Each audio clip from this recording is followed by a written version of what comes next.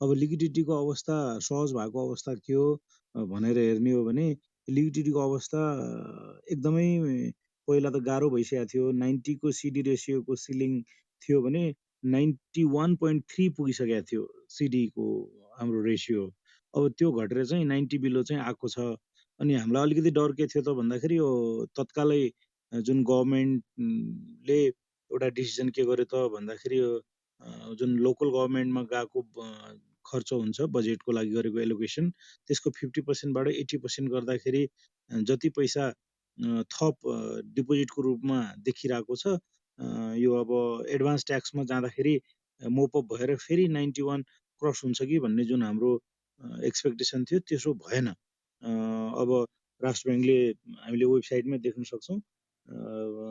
Second quarter पछिको पनि CD ratio हामीले रिभ्यू गरेर हेऱ्यौँ भने आज पनि 90 भन्दा बिलो नै छ। अब यो हिसाब किताबले तत्कालीन अवस्थामा ब्याङ्कहरू अलिकति निडी बरोवरहरूलाई चाहिँ लोन दिन सक्ने अवस्थामा लौलौ भयो कि भन्ने अवस्था देखिएको छ तत्काल इमिडिएटलीलाई। तर यसको चाहिँ अवस्था के चाहिँ होइन त भन्दा अब एग्रेसिभली लोन भएर जाने दिएर जाने ब्याङ्कहरू अब जस्तै लास्ट इयर यति बेलामा जस्तो ल आउनुहोस् हजुर भनेर होलो सस्तोमा दिन सक्ने अवस्था छैन एउटा कुरा। अनि एउटा पैसा दिन नसक्ने अवस्था छ भने धेरै साथीहरूले कहिलेकाहीँ सोध्नुहुन्छ ब्याज दर चाहिँ सस्तो हुनेवाला छैन।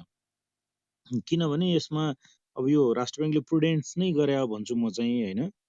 वास्तवमा ब्याङ्कहरूले पहिला अब हामीहरूले चाहिँ तपाईँलाई कसैलाई कर्जा दियो 7-8% को कर्जा पनि घुइँ घुइँती दौडाएर 14, 15, 16 पुर्याएकै हो। त्यो चाहिँ एक्सेप्ट गर्नुपर्छ हामी ब्याङ्किङमा बसेर पनि। र त्यो गर्नु ठिक हो कि गलत हो भन्दाखेरि अनेस्टली भन्दाखेरि गलतै हो। किन भन्दा 6-7% को इन्ट्रेस्ट रेट को अफर देखेर कसैले होम लोन लियो, कसैले अटो लोन लियो, कसैले आफ्नो चाहिँ जति अर्निङ छ त्यसको आधारमा लोन लियो। तर त्यसलाई हामीले एकहोरो बढाउँदै 14-15 पुर्यायौँ भनेपछि त्यति बेलामा ब्याङ्कहरूले इन्ट्रेस्ट रेट रिस्क चाहिँ लिएको थिएनन् भन्छु म। त्यो हामी थ्योरीमा मात्र लिएको थियौँ, वास्तवमा इन्ट्रेस्ट रेट रिस्क लिएको थिएनौँ। जसै जसै हामीले चाहिँ डिपोजिटको कस्ट सुई बढाइदिन्छौँ, बढेपछि कस्ट अफ डिपोजिट बढ्यो भने झन् मार्कअप गरेर चाहिँ लोनमा बरोवरलाई बढाइदिन्थ्यौँ। राष्ट्र ब्याङ्क अहिले एकदम स्ट्रिक्ट भएर आइसकेको छ। सर्कुलर त पहिलादेखि नै थियो। अब प्रिमियम चेन्ज गर्न नपाउने कन्डिसन हुँदा बित्तिकै तपाईँको टर्म लोनमा त पाउँदै पाएन प्रिमियम चेन्ज गर्न डिफल्ट नहुने बेलासम्म। र ओडीहरू या रिभल्भिङ नेचरको लोन पनि रिन्युअल भन्दा पहिला बिचमा आएर काचकुच गरेर गर्न पाउँदैन। अब त्यसमा पाउँदैन भन्ने सर्कुलर पहिला पनि थियो। तर अहिले राष्ट्र ब्याङ्कले ब्याङ्कहरूलाई डाटा नै मागेर कुरा नै गरेर इभन अब हामीलाई पनि फोनै गरेर पनि त्यहाँ अलिकति कम्प्लेन जाँदा बित्तिकै के हो यार यो त तिमीहरूको भएन भन्ने हिसाब किताबले कुरा गर्नुहुन्छ। चिठी नै पनि काटेको छ कतिपय ब्याङ्कहरूलाई भने कतिपयलाई रिभर्स पनि गराइदिएको छ। अब यसले गर्दाखेरि के त भन्दाखेरि बरोवरले लोन लिएको चिजमा त स्थायित्व भयो। तर त्यसले गर्दा के भयो त भन्दा नयाँ लोन दिँदाखेरि चाहिँ पहिला ब्याङ्कहरूले के गरिदिन्थे त भन्दाखेरि सबैमा बढाइदिन्थे। सबैमा बढाएको कारणले गर्दाखेरि के हुन्थ्यो त भन्दा नयाँ लोन पनि अहिले 10.5 मा डिपोजिट उठाए या 10.05 मा डिपोजिट उठाए पनि 9 मा लोन दिइरहेको हुन्थे। किन भन्दा पुरानोमा पनि बढाइरहेको हुन्थे। अब पुरानोमा बढाउन ठ्याप्पमै नपाएपछि ब्याङ्कहरूले नयाँ लोनको जुन इन्ट्रेस्ट रेट हुन्छ त्यसमा मार्कअप गरेरै जान्छ। हामीले 20% लिक्विडिटी मेन्टेन गर्नुपर्ने हिसाब किताब राखौँ या 5% सिआरआर अब 3% को पनि सिआरआरको क्यालकुलेसन गरौँ, एसएलआरको क्यालकुलेसन गरौँ भने हामीले 10.05 मा लिएको डिपोजिटको कस्ट 11% पर्छ। त्यो भयो भने अहिले पनि तपाईँहरू कुनै नयाँ लोन जानुभयो भने ब्याङ्कमा 11.5 भन्दा तल कसैले पनि अफर नगर्ने कारण त्यो भएको छ। भन्नाले एकातिर लिक्विडिटीको असहजताको कारणले लोन पाउनेवाला छैन, लोन पाइहाल्यो भने पनि त्यसको बोरोइङ कस्ट चाहिँ हाई छ। त्यसले गर्दा चाहिँ बोरोइङ कस्ट माथि हुँदा बित्तिकै लोनको डिमान्ड कम भएको छ होइन। लोनको डिमान्ड एकातिर अलिकति कम भएको छ अनि डिपोजिट क्रिएसन बिस्तारै हुँदै गइराखेको छ। अब यो फेरि अब हाम्रो एक्सपेक्टेसन चाहिँ के त भन्दा लास्ट टाइम पनि त्यस्तै नै भएको। यो अलिकति लकडाउन यताउता हुन थाल्यो भने फेरि रिमिटेन्सहरूको चिजहरू पनि फर्मल च्यानलबाट बढी आउने गरेपछि त्यसले पनि यतापट्टि अलिकति सहजता प्रदान गरि नै हाल्छ। अनि अब फर्स्ट क्वार्टरमा जसरी सुइँती एकैचोटि एलसी खोलेर सामान आएको थियो, वास्तवमा धेरै बिजनेसहरूले एकैचोटि जुन एलसी खोलेर इम्पोर्ट गर्यो त्यो चिजहरू अहिले पनि कायम भइरहेको हुनाले त्यो एलसी ओपनिङको पनि त्यो पहिला जस्तो छैन र राष्ट्र ब्याङ्कले कतिपय आइटमहरू त यहाँहरूले सबैलाई अवगत छँदैछ 100% क्यास मार्जिन राखेर मात्रै एलसी खोल्न पाउने 50% क्यास मार्जिन राखेर मात्रै एलसी खोल्न पाउने गरेर कतिपय सामानहरूलाई रेस्ट्रिक्ट नै गरिदियो 16-17वटा आइटमहरू लगभग लगभग त्यो त रेस्ट्रिक्टेडै भन्छु म अहिले होइन त्यो गर्दा बित्तिकै के त भन्दा यतापट्टि इम्पोर्ट पनि रेस्ट्रिक्ट भएको छ लोनमा पनि इन्ट्रेस्ट रेट हायर साइडमा जाँदाखेरि डिमान्ड अलिकति कम भएको कारणले गर्दाखेरि यो सिडीमा प्रेसर बढी परिन चाहिँ अब बिस्तारै कम होला तर फेरि पहिला जस्तो लिक्विडिटी सहज भएर अब ब्याज दर तलतिर घट्ने भन्ने अवस्था देखिँदैन इमिडिएटली तर राष्ट्र ब्याङ्कले केही समय यो इन्ट्रेस्ट रेट पनि बढाउँदै जाँदा पनि 10% भन्दा बढी बढाउन नपाउने गरेर सर्कुलर ल्यायो त्यसपछि ब्याङ्कहरूले पनि केही आपसमा सहमति गरेर आखिर इन्ट्रेस्ट बढायो भने पनि त्यसले गर्दा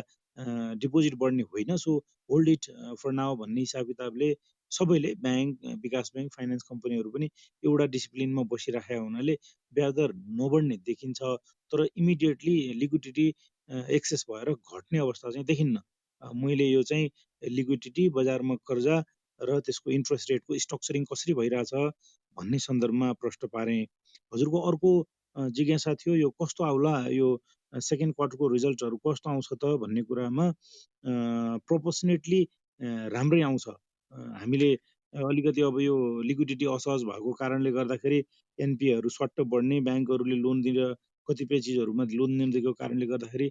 कर्जा खराब हुन्छ कि भन्ने जुन अपेक्षा गरेका थियौँ खासै त्यस्तो असर देखेको अवस्था छैन तर पहिलाको जस्तो फर्स्ट क्वार्टरबाट सेकेन्ड क्वार्टरमा ग्रोथ चाहिँ धेरै देख्ने अवस्था छैन किन भन्दा ब्याङ्कहरूको फर्स्ट क्वार्टरको भन्दा सेकेन्ड क्वार्टरको चाहिँ स्प्रेड घटेको अवस्था छ तर फेरि थर्ड क्वार्टरमा गएर यसको पोजिटिभ इम्प्याक्ट पर्नेवाला छ त्यस कारणले फर्स्ट क्वार्टरको प्रोपोर्सनेट सेकेन्ड क्वार्टरमा फाइनेन्सियल आउँछ नै ब्याङ्क वित्तीय संस्थाको र थर्ड क्वार्टरमा अझ इम्प्रुभ भएर जाने अवस्था देखिएको छ अहिलेको आउटलुक हेर्दाखेरि त्यस कारणले ब्याङ्कहरूको कतिपयको त अब भनौँ अब सबभन्दा बढी हुने ब्याङ्कको पनि 2 अरबभन्दा माथि प्रफिट हुने त ब्याङ्कहरू लगभग 5-6-7वटै हुन्छन् कि जस्तो पनि छ 4-5वटा ब्याङ्कहरूको 2 अरबभन्दा माथि नै हुन्छ त्यो हिसाब किताबले प्रोफिटेबिलिटीमा नेगेटिभ इम्प्याक्ट भएको छैन त्योलाई बजारले एक्सपेक्ट गरेर होला अब यसो प्रिलिमिनेरी कुरा गर्दाखेरि लगभग 2.20 2.25 2.30 2.50सम्म ब्याङ्कहरूको सेकेन्ड क्वार्टरको रिजल्ट नेट प्रफिटमा आउँछ भन्ने एक्सपेक्टेसन एकातिर छ त्यो हिसाब किताबको मार्केटमा आउटलुक गएको हो कि जस्तो फिल चाहिँ भइरहेछ मैले प्रफिटेबिलिटीको पनि फेरि अब छिटै आत्तिनु पनि परेन अहिले त राष्ट्र ब्याङ्कले पहिला 15 दिनसम्म छाप्नु पर्थ्यो अब त 7 दिनमै छाप्नु पर्ने भएको हुनाले 7 गते त सबै ब्याङ्क वित्तीय संस्थाहरूले छापि नै हाल्छ त्यस कारणले अब मात्रै त्यही दुई तिन दिनको कुरा हो 2-3 दिनमा ब्याङ्क वित्तीय संस्थाहरूले सबैले छापि नै हाल्छ र बिग्रिने अवस्था त छैन प्रोपोर्सनेटली राम्रै गरेको अवस्था चाहिँ प्रिलिमिनेरी रिपोर्ट अनुसार देखिएको छ भन्न चाहिँ ब्याङ्कहरूले बेस रेट चाहिँ भनौँ न अब 10.05मा लिएको केही डिपोजिट थियो तर सबैमा कर्जा बढाए भनेर बढेको छ त्यस कारणले प्रफिट बढाएको छ भन्ने कुरा चाहिँ भ्यालिड हुन पाएन कोसिस चाहिँ गरे हो है म एग्री गर्छु होइन किन भन्दा मैले यहाँ कुरा गर्दा मैले मेरो ब्याङ्कको या मैले सर्टेन चिजको मात्रै कुरा गर्नुभन्दा पनि इन्डस्ट्रीको नै प्र्याक्टिसको कुरा गर्नु पर्दाखेरि ब्याङ्कहरूले लगभग लगभग सबै कर्जामा अलिकति घतङगुतुङ गरेर कसैलाई बोलाएर फकाएर चिठी साइन गराएरै भएर पनि गर्नु खोजेकै हो तर त्यसपछि राष्ट्र ब्याङ्क स्ट्रिक्टली तपाईँले बोलाएर साइन गराएर पनि गर्न पाउनु हुँदैन है भनेपछि या त डिफल्ट हुनु पर्यो या तपाईँको क्रेडिटको कन्डिसन्सहरू म्याच नभएको हुनु पर्यो या चाहिँ तपाईँको रिन्युअलको बेलामा या नयाँ कर्जा दिनुभयो भनेपछि चाहिँ त्यसमा पायो एक्जिस्टिङ कर्जामा विदाउट रिजन चाहिँ तपाईँले सहमति गराएर पनि गर्न पाउनुहुन्न भन्ने कुरामा राष्ट्र ब्याङ्क एकदम क्लियर भएर आइसकेपछि ब्याङ्कहरूले गर्न पाएनन् तपाईँहरूलाई भन्दाखेरि अब 1-2टा ब्याङ्कले त गरेको चिजहरू राष्ट्र ब्याङ्कले रिभर्स पनि गरायो है त्यसपछि सबै ब्याङ्कहरूले अब यसपछि त यो त हुँदो रहेछ क्यारे भन्ने भएपछि ब्याङ्कहरूले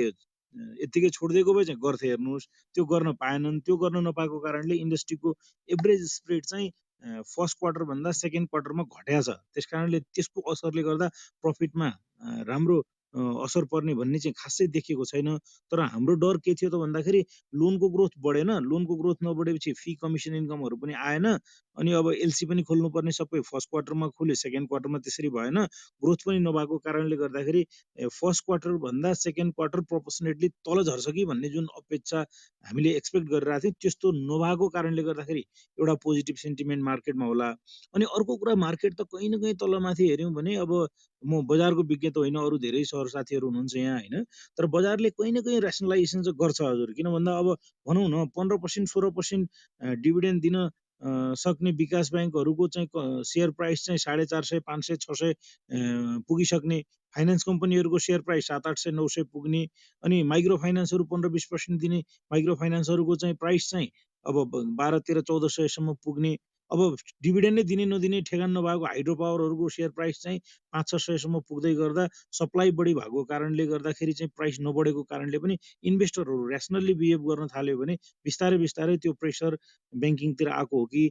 किन भन्दा अल्टिमेटली त इन्भेस्टमेन्टले रिटर्न खोज्छ, कहीँ न कहीँ गएर त त्यसलाई ठ्याक्कै प्यारलली म्याच नभयो भने पनि कुनै न कुनै पोइन्ट अफ टाइममा गइसकेपछि फ्युचरको एक्सपेक्टेसन, डिभिडेन्ड यिल्ड र रिटर्न अन इन्भेस्टमेन्ट चाहिँ इन्भेस्टरले कहीँ न कहीँ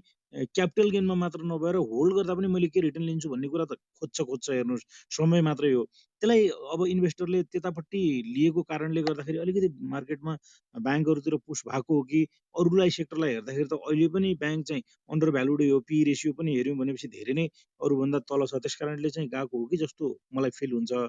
अनि बेस रेटको कुरा चाहिँ हजुरको इस्टिमेसन ठिक हो। अब लगभग लगभग ब्याङ्कहरूको ब्याङ्क हेरेर एभरेजमा बेस रेट 1 देखि 1.5% सम्म बढ्छ है। किन भन्दा यो 10.05 भएको मात्रै कारणले होइन कि राष्ट्र ब्याङ्कले सर्कुलर जारी गरेर तपाईँको एफडीको रेट चाहिँ सेभिङको मिनिमम रेटको ब्यान्डमा 5% भन्दा त्यो डिफ्रेन्स नहुने गरिकन कायम गर्नुपर्छ भनेर भने हुनाले जब ब्याङ्कहरूले यो एफडीको रेट बढाउन थाले, त्यो बढाउँदाखेरि सेभिङको पनि रेट बढाउनु पर्ने भयो, जसको कारणले कस्ट अफ डिपोजिट चाहिँ बढ्यो, कस्ट अफ फन्ड बढिसकेपछि चाहिँ बेस रेटमा असर परेको छ। त्यसले गर्दाखेरि यहाँले भनेको कुरा एकदमै फ्याक्ट हो। लगभग लगभग 1 देखि 1.5%, 1 देखि 1.6%सम्मको बेस रेट चाहिँ बढ्ने देखिन्छ ब्याङ्क वित्तीय संस्थाको। त्यही भएर मैले हजुरलाई भनेको अब थर्ड क्वार्टरमा यसको चाहिँ पोजिटिभ इम्प्याक्ट पर्छ, किन भन्दा कस्ट अफ फन्ड एक स्टाटसमा बसिसक्छ। तर माघ 1 गतेबाटै अब ब्याङ्कहरूले चाहिँ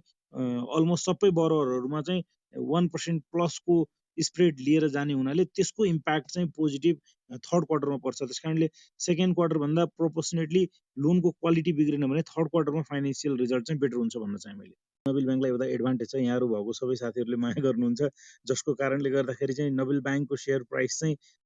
अरू ब्याङ्कहरूभन्दा भिन्नै रूपले र माथि नै छ भने हामीलाई दुईवटा प्रेसर हो। एउटा प्रेसर भनेको के हो त भन्दाखेरि किन हाई रेट गर्छ त या ब्लू चिप किन भइरहेको छ त भन्दाखेरि नोबेल ब्याङ्कले कन्सिस्टेन्टली एउटा डिभिडेन्ड को एउटा रिटर्न मेन्टेन गरिरहेको छ भन्ने एउटा एक्सपेक्टेसन जुन सेयर होल्डरको थियो। अब हामीले यो वर्ष लगभग लगभग राम्रै डिभिडेन्ड बोनस सेयर जारी गरिसकेपछि त्यसले गर्दाखेरि बोनस सेयरै 33.6% हामीले बोनस सेयर जारी गरेपछि रेभेन्यू त 33%ले बढ्नेवाला छैन यो वर्षको। लास्ट इयरको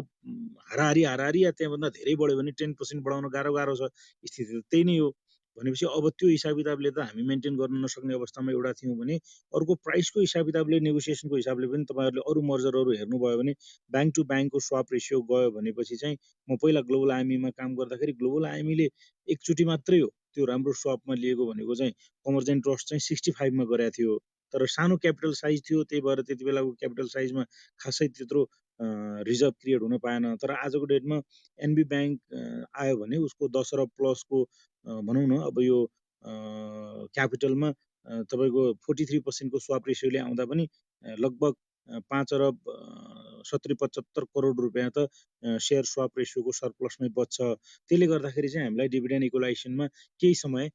मेन्टेन गर्न पनि सहज भइरहन्छ। र अर्को कुरा हामीले चाहिँ स्ट्राटेजिक डिसिजन लिन खोजेको भनेको चाहिँ एनबी ब्याङ्क अब फन्डेडमा नभए पनि नन फन्डेडमा चाहिँ इन्डस्ट्रीकै लिडर हो र फी बेस्ड इन्कममा पनि इन्डस्ट्रीकै लिडर हो। र हाम्रो जुन ठाउँमा फोकस छैन त्यो ठाउँमा फोकस भएको इन्स्टिट्युसन भएको कारणले गर्दाखेरि र हामीलाई त्यो कम्फर्ट पास हुने। अनि अर्को कुरा चाहिँ अहिले पनि हेर्नुभयो भने अरू सानो ब्याङ्कहरू भन्दा पनि अब लगभग 16-17 अरबको क्यापिटल भइसक्यो। यसको क्यापिटलको साइज पनि बटम लाइनतिर 8-9-10 अरबमा भएको, बटम लाइनको 3-4वटा ब्याङ्कमध्ये क्यापिटल साइज भएको हुनाले त्यसले क्यापिटल पनि धेरै बढेर चाहिँ नजाने, तर अर्को दोहोरो बेनिफिट हुने कारणले गर्दाखेरि चाहिँ हामीले यो डिसिजन गरे हौँ, यो स्ट्राटेजिक डिसिजनले चाहिँ दोहोरै फाइदा गर्छ। एउटा कुरा करेन्टली